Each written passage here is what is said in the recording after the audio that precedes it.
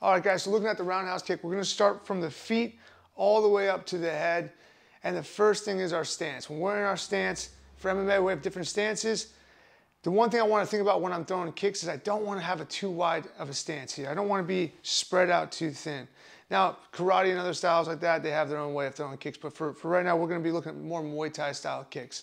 So I don't want my stance to be too wide. When I have a really wide stance, I end up throwing really round, long kind of kicks that take forever to get to the target. Ideally, I want to have a nice direct kick, meaning it starts from my stance, I push off, I start to turn, and my knee comes up and at the target, not out and around. Very direct versus round, okay? So the stance is important. I want to have a nice stance, ability to push off both legs. I'm not spread too thin, and I'm not standing too narrow either.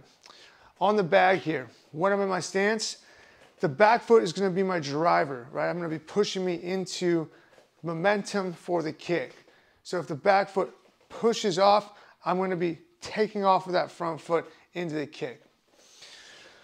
Just looking at the feet right now. So back foot pushes, and I'm already turning. I like to already point my toe out to the side because I want to go through my opponent.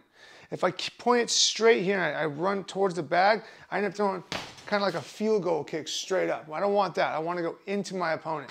So I push off, my toes are turned off to the side. That's the direction I want to be going.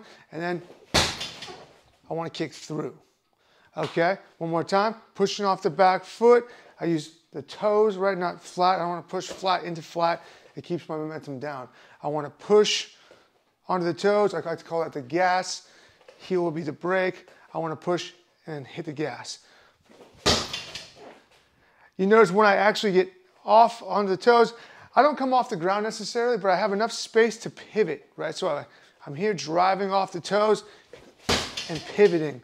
My heel, I'll try and freeze frame, my heel actually points at the bag. So at the end of my kick, my heel will be pointing at the bag. Drive off.